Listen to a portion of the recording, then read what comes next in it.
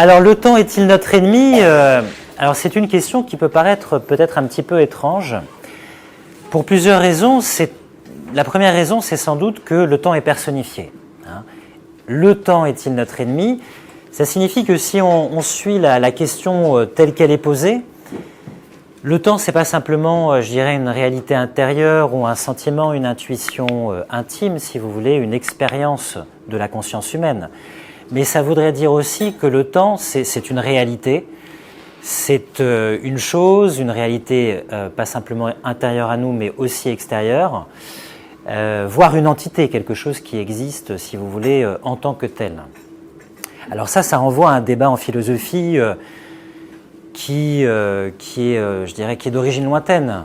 Si on se penche sur la mentalité des Grecs de l'Antiquité, Chronos, la personnification du temps, est un dieu, c'est une divinité primordiale, dont on dit, à propos de cette divinité, qu'elle est née de la terre, Gaïa, et des eaux primordiales. Donc le temps aurait surgi, si vous voulez, à l'origine du monde. Cette personnification qu'est le temps, le dieu, la divinité Chronos, elle a aussi des représentants, si j'ose dire, des représentantes qu'on appelle les heures. Alors les Grecs les appellent horai, les Latins disent horae, et nous on a traduit ça, ça a donné le français les heures. C'est celle dont les Latins, vous connaissez peut-être ce proverbe latin, vulnerant omnes ultima necat, toute nous blesse, la dernière seule nous tue. On dit ça des heures. C'est un peu lugubre peut-être, mais ça veut dire, voilà, ça veut bien dire ce que ça veut dire. Donc, il y a cette idée d'un temps personnifié qui existe, qui est même on pourrait dire une entité, mais qui est une réalité cosmique, si vous voulez, qui ne dépend pas de l'être humain. Alors, on pourrait penser que c'est quelque chose, une mentalité primitive, si vous voulez, archaïque, ce qui n'est pas d'ailleurs pour juger négativement cette mentalité. On a des parts d'archaïsme en nous, de réflexes archaïques. Mais en réalité, ça n'est pas le cas. Ça n'est pas le cas, je prends juste un exemple pour vous le montrer, qui est l'exemple de Newton, qui est un homme du XVIIe siècle, qui est l'auteur des fameux principes mathématiques de la philosophie naturelle. Et Newton, que dit-il au sujet du temps et de l'espace d'ailleurs, il n'y a pas que le temps, au sujet de ces deux dimensions. Vous savez que le temps, comme l'espace, est une dimension. Un dimétior en latin, ça veut dire mesurer. Une dimension, c'est ce qui permet de mesurer les choses. Le poids, c'est une dimension. Vous pouvez vous mesurer, vous pouvez vous comparer à travers la dimension du poids, si vous voulez. Le temps, c'est une dimension. Vous pouvez comparer les durées. L'espace, c'est une dimension. Évidemment, le temps, c'est une dimension particulière parce que c'est un continu. Le temps est continu, mais c'est un continu successif. Les époques se succèdent, les instants se succèdent dans le temps. Alors que l'espace, c'est une dimension, j'allais dire, un peu extatique. C'est ce qu'on appelle un continu coextensif. Vous existez dans l'espace en même temps que toutes les autres choses. Vous avez une place, un lieu, si vous voulez, dans l'espace en même temps que toutes les autres choses. Alors que vous n'avez pas, si j'ose dire, une place dans le temps en même temps que toutes les autres choses. Donc il y a deux continus, un continu successif qui est le temps et un continu coextensif qui est l'espace, qui sont les deux dimensions fondamentales du monde physique. Et Newton dit la chose suivante, il dit quelque chose qui peut paraître très étonnant, il dit il y a le temps relatif, il y a le temps absolu. Le temps relatif, c'est le temps qui est compté, dénombré, mesuré par un mouvement. Alors évidemment, nous, le mouvement dont on se sert, on pense tout de suite au mouvement de l'horloge, mouvement du décompte des minutes, qui traditionnellement est une fraction de l'heure et elle-même l'heure une fraction du jour. Mais Newton dit la chose suivante, il dit il n'existe peut-être pas dans l'univers un mouvement qui soit toujours égal et qui permette de décompter toujours uniformément le temps qui passe. Mais Newton nous dit c'est pas grave, peu importe. À côté de ce temps relatif compté ou décompté par un mouvement unitaire, pour nous c'est le jour, il existe un temps absolu qui coule toujours uniformément. Alors c'est vraiment un mystère parce que ce temps absolu est presque une profession de foi, si vous voulez. Pourquoi Newton dit-il cela? Alors vous savez que comment dirais-je, la durée des heures est mesurée d'après la durée du jour, et la durée du jour elle est mesurée par le mouvement de la Terre. Hein. On a l'impression que c'est le Soleil qui tourne autour de la Terre, mais c'est la Terre qui tourne sur elle-même. Et le jour est mesuré par le retour du Soleil au méridien. On est sur un méridien et le temps que fait la Terre pour tourner sur elle-même et pour retrouver le Soleil au même méridien, C'est le temps qui mesure, si vous voulez, le temps d'une journée. Mais Newton sait très bien que la Terre tourne sur elle-même et en même temps elle avance, puisqu'elle a un mouvement annuel, elle tourne non seulement sur elle-même, mais aussi autour du Soleil. Donc elle se déplace. Et pour retrouver l'alignement avec un méridien, il y a toujours un petit décalage, si vous voulez, par rapport à ce qui serait un tour si elle ne bougeait pas. Non seulement il y a un décalage entre ce qu'on appelle le jour sidéral, c'est-à-dire le fait pour un méridien de retrouver toujours l'alignement avec une étoile, et le jour solaire, le fait de retrouver l'alignement avec le Soleil, mais en plus Newton sait très bien que la Terre, ce serait trop beau si elle suivait un cercle autour du Soleil, elle suit une ellipse. Et non seulement elle suit une ellipse, mais elle accélère ou elle décélère sur cette ellipse. Et donc Newton sait très bien que le mouvement de la Terre n'est pas uniforme. C'est pour ça qu'il dit que ça n'est pas grave si, d'une certaine façon, il n'y a pas de mouvement unitaire dans le monde, il existe un temps absolu qui s'écoule uniformément.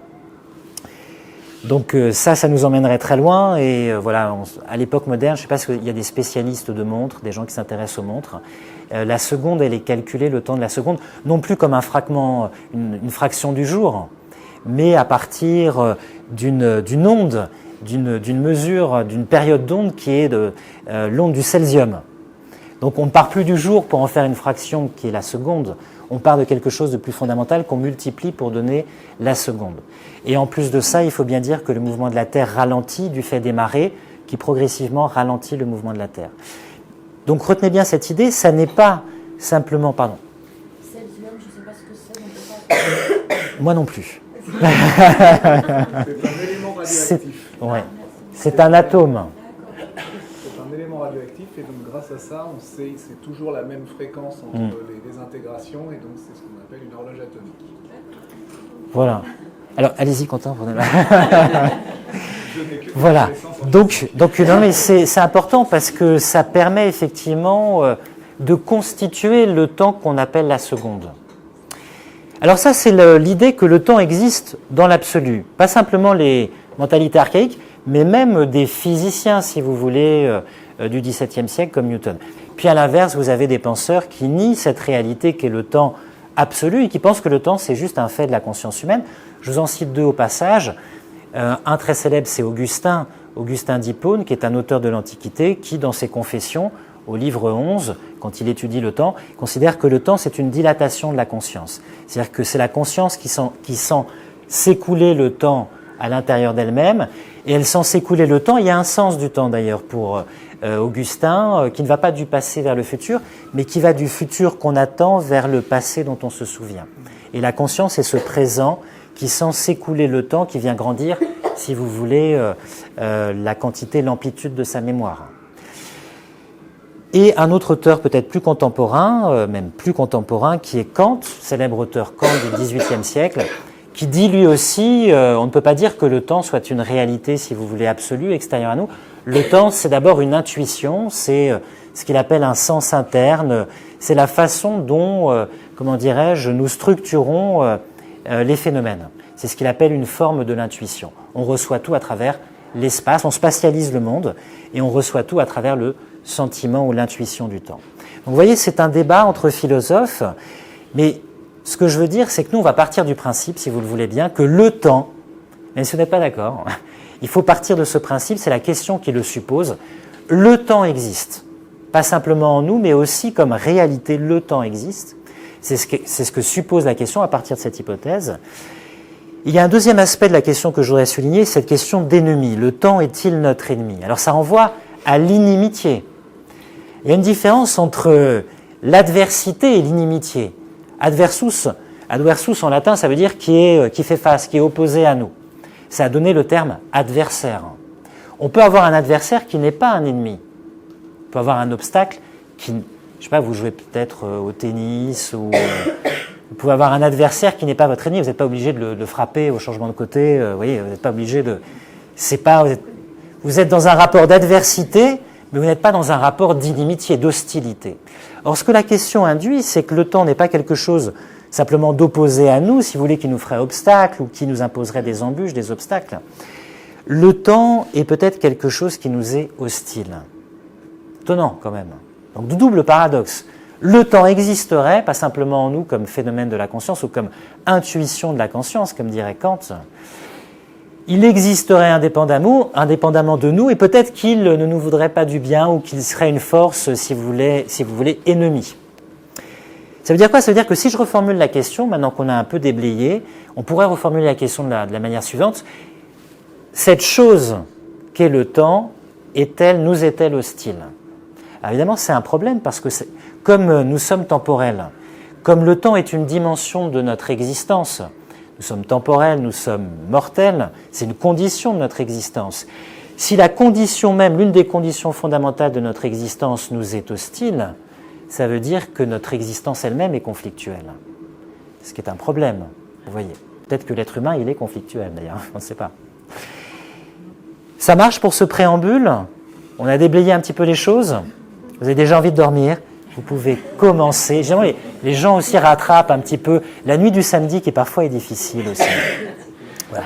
C'est fait aussi pour ça, l'atelier philo, il y a une valeur utilitaire. Alors, je vais commencer par vous poser des questions. Je vais commencer par une question qui va vous sembler peut-être étonnante, peut-être étrange, mais en réalité, elle ne l'est pas tant que ça. Pour vous, est-ce que le temps est une réalité, est une chose que vous vivez comme étant linéaire ou plutôt comme étant circulaire ou cyclique? Est-ce que le temps pour vous, c'est une réalité... Oui, bonjour. Alice, bonjour. Je voulais participer à l'atelier, mais je suis un peu en retard. Alors, il faudrait... je crois qu'il faudrait trouver une chaise et venir. Ok, à tout de suite. Ah, il y a un tabouret. Écoutez, tant pis, elle va chercher une chaise, elle sera comme un coq en pâte. Voilà. Est-ce que vous vivez le temps comme rectiligne, comme linéaire, comme quelque chose qui s'étale, si vous voulez, qu'on peut planifier, penser à l'agenda ou penser à la ligne du temps? Est-ce que le temps pour vous est une ligne, il y a une ligne de votre vie? Ou est-ce que le temps, non, c'est quelque chose de cyclique, quelque chose de circulaire? Comment est-ce que vous vivez le temps? Est-ce que cette distinction fait sens pour vous ou bien pas du tout? Qu'est-ce que c'est que cette histoire? Pas du tout? Le temps. Est-ce que vous pouvez dire vos prénoms à chaque fois pour que... Jean-Luc. Oui, le temps, effectivement, ça peut être un ennemi dans la mesure où on le subit, effectivement, au quotidien, surtout en activité, mais c'est une question d'organisation aussi, et en fonction du temps qui nous est restreint, du temps qui nous reste, du temps... la solution, c'est de savoir, de pouvoir anticiper, justement, pour ne pas devenir, et de dépendre du temps qui, effectivement, lui est intransigeant, et de toute façon, une seconde, c'est une seconde, une minute, c'est une minute, une heure, c'est une heure, et que, en fonction de ce que l'on a à faire, il suffit de s'organiser par rapport au temps qu'on a. Il y en a qui mettront moins de temps, parce que plus d'expérience, mais il faut aussi l'envisager et l'anticiper, parce que... Alors, je dirais que vous prenez tout de suite une position sur le caractère ennemi ou pas du temps. Donc Jean-Luc, vous mettez les pieds dans le plat. Pour vous, c'est une question d'organisation. C'est une question d'expérience. Mais là, ça nous renvoie plutôt aux attitudes par rapport au temps. Parce que je veux dire, il y a plusieurs attitudes par rapport au temps. Vous pouvez être dans la procrastination. Vous pouvez être dans la planification. C'est pour ça que je parlais de l'agenda. Dans l'organisation, le contrôle, la maîtrise. De l'emploi du temps. Faut-il employer son temps? C'est une question, voilà. De l'emploi du temps, vous pouvez être dans l'agitation, l'hyperactivité, etc. Ou vous pouvez être dans la contemplation. Ça, c'est des attitudes. Mais alors, je note votre prise de position, mais je me permets de revenir, parce que vous avez je sais déjà ce que vous pensez à ce titre-là. Parce que non, mais c'est une position qui est de dire, finalement, c'est la position de l'être humain, sa posture par rapport au temps, la façon dont il l'emploie, dont il l'utilise, qui fait qu'il va ressentir le temps comme étant quelque chose d'inamical ou quelque chose à structurer, etc.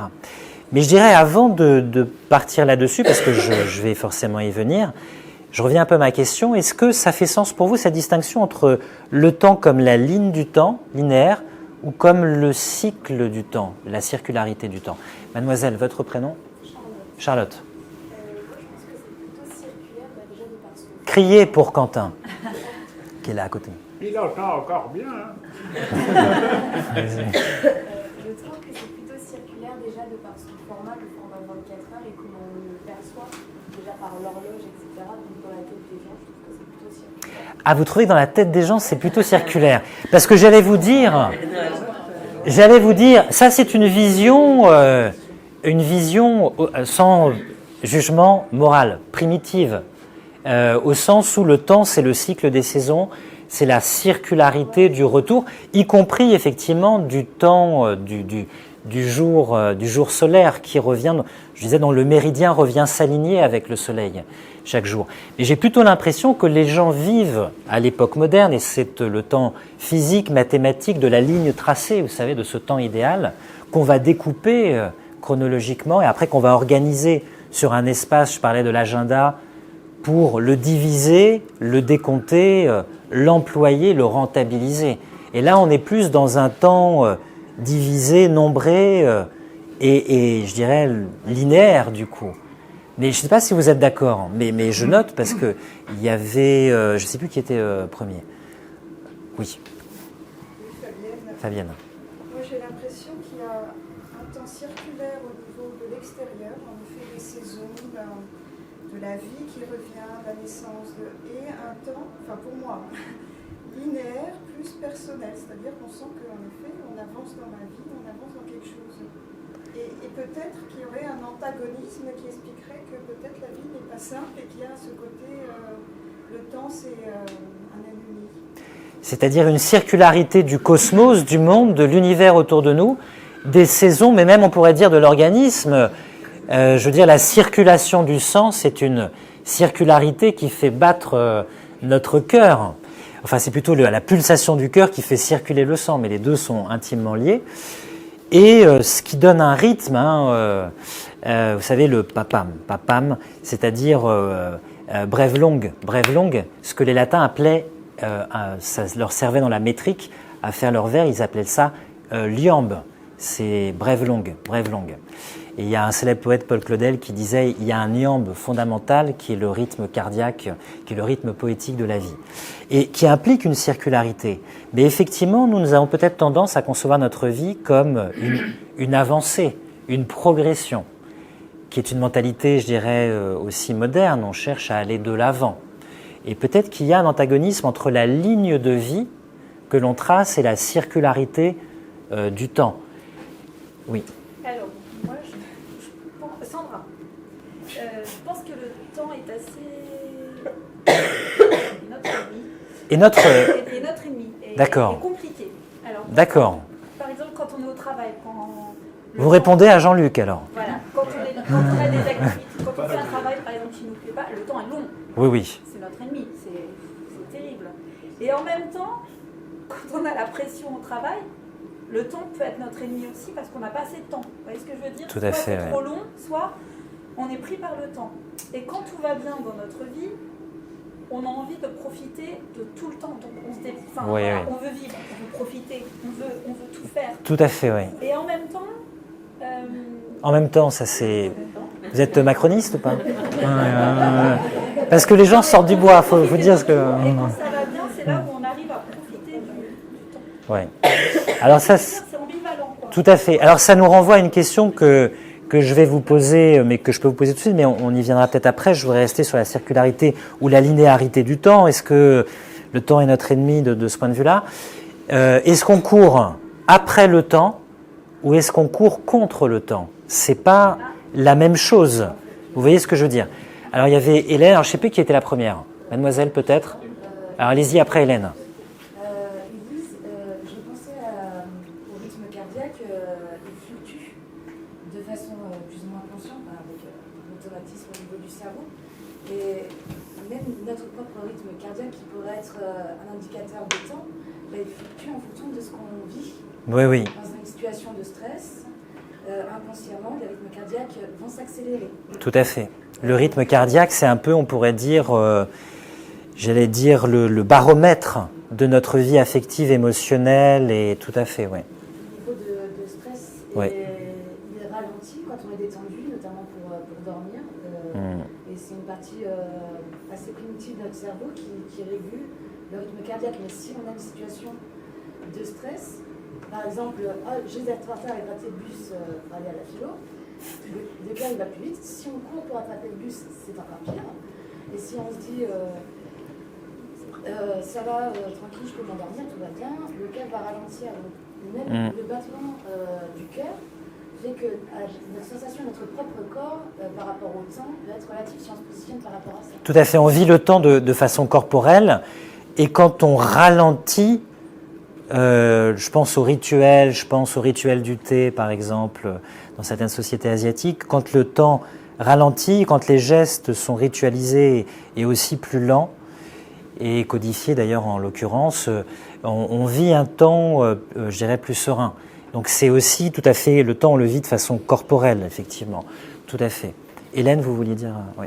Oui, moi j'ai connu quelques années de ma vie où j'ai connu l'ennui tout particulièrement. Et je faisais pas grand-chose. Et donc posée, un peu léthargique, tout ça, bon, en dépression, clairement. Et là, le temps me paraissait long. Oui. Mais en même temps, j'appréciais, parce que je palpais la notion du temps. L'épaisseur du temps était Ouais. sensible. Ça Alors change, c'est... quand ça passe vite, parce que ça va mieux et que ça va tout court, ben, ça fait pas la même sensation, quoi, la perception du temps, quoi. Alors ça fait penser à une célèbre phrase de Schopenhauer qui dit « La vie oscille comme un pendule, de la souffrance à l'ennui ». Et en fait, soit on est dans la souffrance d'un désir inassouvi, soit on a ce qu'on désirait, on n'a plus forcément quelque chose à désirer, ou plus d'appétence, et on est dans l'ennui du temps inoccupé. Et la pensée de Schopenhauer à ce sujet, qui est une façon d'aborder les choses parmi d'autres, c'est de dire que cruellement, on ressent le temps, soit dans le moment de la souffrance, soit dans le moment de l'ennui. Et Schopenhauer dit finalement, le temps le plus heureux de notre vie, on ne le sent pas passer. On se dit, tiens, je n'ai pas vu le temps passer. Et oui, peut-être une minute de souffrance a plus de poids sur notre sensibilité qu'une heure de bonheur. C'est aussi le paradoxe, effectivement, de ce bonheur qui passe, non pas qu'il soit totalement inaperçu ou non conscient, mais le bonheur n'est pas ressenti. Alors ça renvoie à une thèse célèbre chez Schopenhauer, c'est que pour lui, seuls les sentiments négatifs sont ressentis. Le plaisir se ressent plutôt quand on est soulagé d'une souffrance ou de la tension du désir. Et concernant le bonheur, c'est l'absence de douleur pour Schopenhauer. Et quand on est dans l'absence de douleur, il n'y a pas de fait sensible particulier. Donc, il y a beaucoup de choses dans tout ce que vous venez de dire. Alors, cette métaphore du torrent, cette métaphore du fleuve du temps, elle est utilisée notamment par un penseur qui est Merleau-Ponty, qui, à l'inverse d'Augustin, qui nous dit le temps, c'est le temps à venir qui devient présent et qui s'écoule dans le passé du temps advenu, qui coule du futur envisagé par le présent dans le souvenir de la mémoire. Merleau-Ponty pense plutôt le temps comme un fleuve qui coule du passé et qui pousse vers l'avenir, ou alors un fleuve sur lequel on navigue, donc qui va du passé vers l'avenir, qui pousse vers l'avenir. Il y a beaucoup de choses que ça fait penser à une phrase d'Oscar Wilde, « La vie est une lente désillusion ». Et j'ai fait mais ce qui n'est pas forcément négatif, parce que l'illusion n'est pas forcément positive. Vous voyez ce que je veux dire ?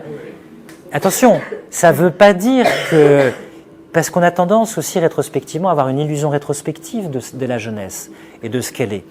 Cela étant dit, ça me fait penser, il y a une émission de radio là qui va bientôt paraître ou être diffusée. On a fait avec deux jeunes gens, une émission de radio. Peut-on rester jeune toute sa vie ? Et il y a une phrase célèbre d'un encyclopédiste. Vous ouvrez l'encyclopédie du 18e de d'Alembert et de Diderot et vous allez à Jeunesse. C'est un article de Louis de Jaucourt. Et Louis de Jaucourt dit la chose suivante, souvenons-nous que ce bel âge, il parle de la jeunesse, si justement vantée, est une fleur presque aussitôt flétrie qu'elle est éclose. Ça veut dire que la jeunesse, elle est pleine de promesses qu'elle ne tient pas. C'est peut-être une promesse non tenue. Donc, mais je dirais que ça, c'est peut-être le regard qu'on porte aussi, parce que, j'y viendrai tout à l'heure, peut-être que le temps libère aussi de certaines choses, qu'il affranchit, qu'il nous permet de prendre de la distance, il travaille pour nous aussi. Peut-être que le temps n'est pas qu'un ennemi, il est aussi un allié. Alors il y a la désillusion, il y a peut-être les attentes non remplies, mais c'est peut-être pas parce que la promesse n'a pas été tenue que c'est décevant, c'est peut-être parce que l'attente n'était pas adéquate. parce que la vie, elle donne aussi ce qu'elle peut, et c'est peut-être le regard toujours insatisfait qu'on a sur l'existence qui nous fait juger d'une certaine façon de ce fleuve sur lequel on a navigué. Hein. C'est un élément sur lequel je voulais rebondir tout à l'heure. C'est une façon de voir les choses, mais il y a aussi, je dirais, une façon différente. Je prends l'exemple de Bergson. Bergson dit, parce que vous avez tendance à dire, tel que vous voyez les choses, il y a le temps, il est compté, décompté, mesuré, etc. Et il y a la vie, son rythme. Et Bergson dit, ça c'est sa position, en réalité non.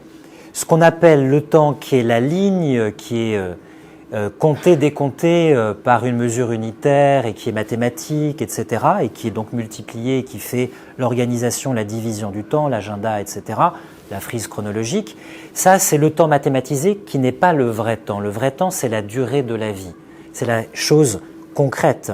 Et la durée de la vie, nous dit Bergson, ça n'est pas une ligne qu'on dit uniforme, qu'on divise, et si vous voulez, qui est spatialisée. En fait, ce que reproche Bergson à la vision mathématique traditionnelle du temps, c'est d'être de l'espace. Il dit soit c'est du temps, soit c'est de l'espace, mais il ne faut pas me dire que le temps c'est de l'espace. Si vous me dites que le temps est une ligne sur laquelle on peut déplacer un curseur, vous montrez un mobile qui se déplace sur un espace linéaire. Et lui dit, c'est pas ça le temps. Le temps, c'est la durée d'une conscience qui est liée à la vie. Par exemple, quand on entend une mélodie, la mélodie, elle n'existe à aucun des moments de la musique. Elle existe dans la conscience qui fait la synthèse des sons pour percevoir la phrase musicale, qui a une durée, qui n'est pas mathématique, justement, qui est la durée de la conscience qui retient chacune des notes qu'on peut diviser et qui sert à diviser le temps, si vous voulez, de la mesure.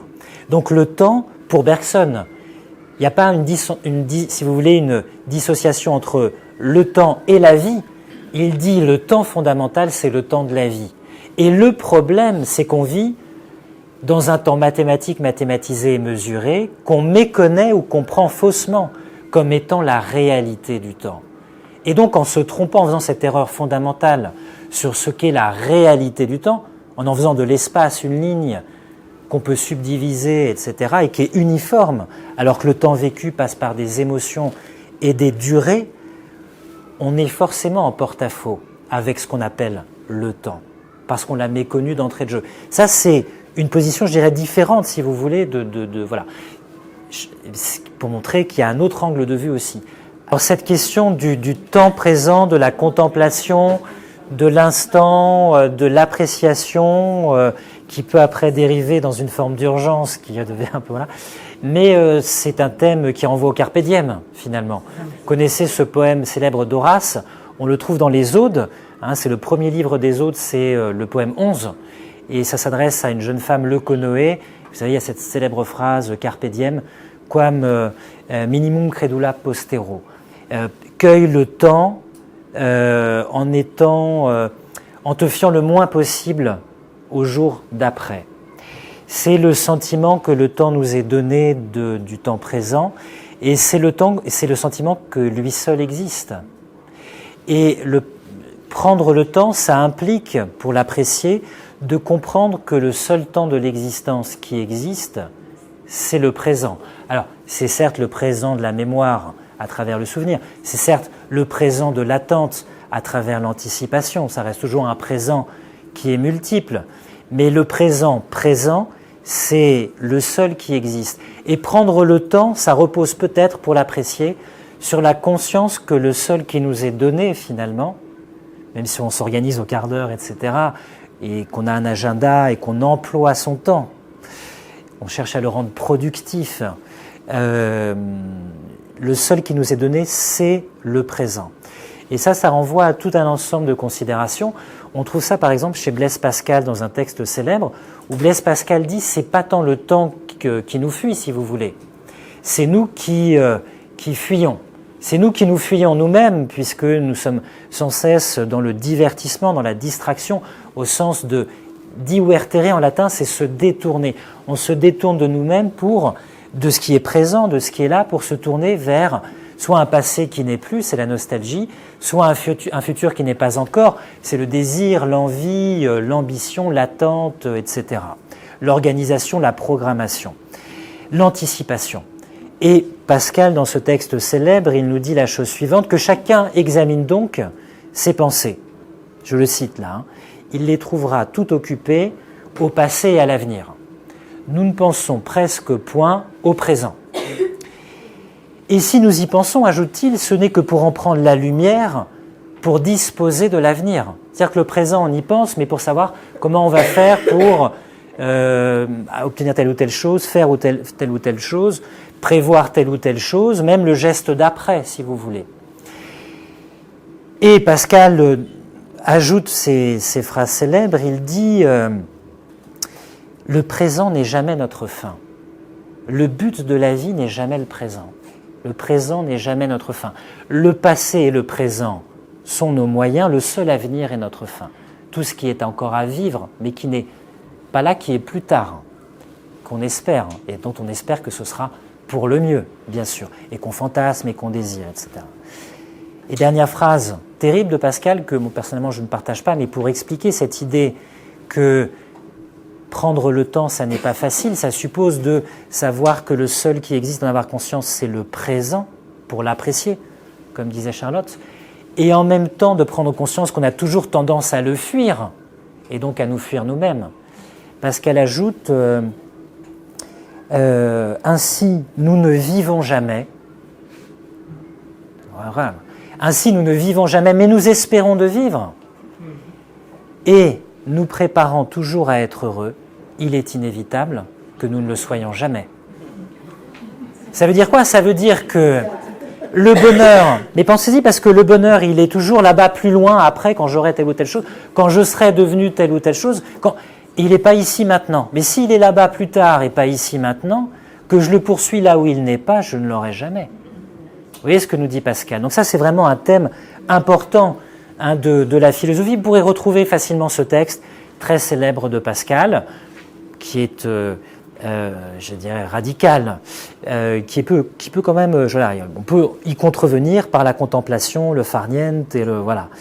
Mais la question que je voulais vous poser, c'est est-ce qu'on est obligé, puisque Sandra, vous parliez du fait de l'urgence à un moment de faire quelque chose de son temps, est-ce qu'on est obligé d'employer son temps, de faire quelque chose de son temps? Valérie, répondez. Une petite référence sur l'emploi du temps. Il y a une célèbre critique qui a été formulée dans les années 70 dans le livre de Baudrillard, Jean Baudrillard, La société de consommation, qui est apparu en 1970. Baudrillard nous dit la chose suivante: c'est faux qu'il y a une opposition dans les sociétés contemporaines entre travail et loisir. Ça veut dire, c'est étonnant. Soit je travaille, soit je suis, je sais pas, en RTT, en vacances, je suis dans le loisir. Baudrillard dit non. En réalité, les normes, la façon d'aborder le temps sont les mêmes. On cherche à employer son temps, on cherche à faire quelque chose de son temps, on cherche à le rendre productif, à le rentabiliser, à en faire quelque chose.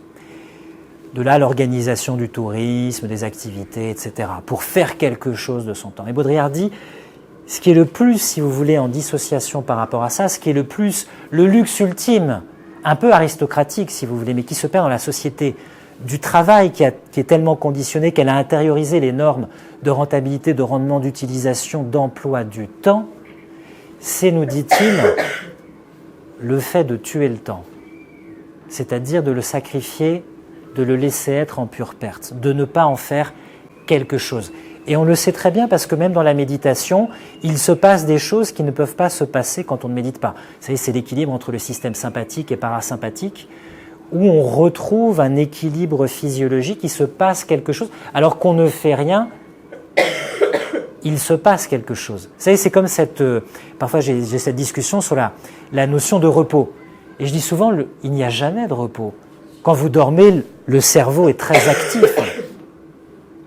Et au bout de 6 heures, vous rentrez en période de jeûne et le corps fait quelque chose qu'il ne fait pas quand vous êtes en période d'activité digestive. Donc il y a le repos psychique, il y a le repos physiologique, mais le corps lui-même est toujours en activité. Donc c'est une notion, il se passe toujours quelque chose. Donc il n'y a pas besoin d'employer son temps pour qu'il se passe quelque chose. Alors maintenant, je passe aux questions des attitudes. Quelles sont les attitudes négatives, si jamais il y en a? Moi, j'ai quelques idées.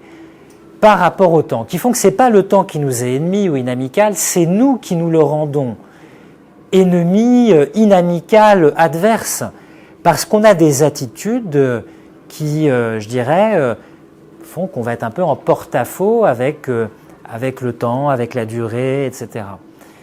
Oui, Charlotte. Mais je voulais quand même terminer par vous mettre sur la piste de quelque chose, c'est qu'il existe une considération célèbre dans l'histoire de la philosophie sur l'écoulement du temps. Il y a une phrase célèbre de Pascal qui dit « C'est horrible de sentir s'écouler tout ce qu'on possède. » C'est le temps comme sablier qui s'écoule. Et toutes les civilisations ne pensent pas évidemment les choses comme ça. Il y a une célèbre expression japonaise, alors je suis mauvais déjà dans l'accent anglais, alors vous imaginez l'accent japonais, alors je vous la dicte, c'est la fameuse expression, je ne peux pas la dire en japonais, je ne sais pas comment ça se dit, mono no aware, Jean-Claude Van Damme dirait aware, mono, M-O-N-O, plus loin, no, donc N-O, mono, no, plus loin, aware, avoir. C'est Motori Norigano, je crois, l'auteur du XVIIIe siècle, qui l'a inventé. Et ça dit chez les Japonais le plaisir et la souffrance de sentir la singularité d'un événement qui s'enfuit. C'est à la fois le plaisir d'être présent et de sentir la fugacité du temps de la chose qui s'écoule, qui est un plaisir d'être présent à la chose. Et on parlait de l'ambivalence, de la nostalgie, et la tristesse, mais vraiment mêlée de plaisir, de la sentir s'évanouir ou nous quitter. Hein? Mono no aware. Merci à vous, c'était vraiment très agréable de m'entretenir avec vous.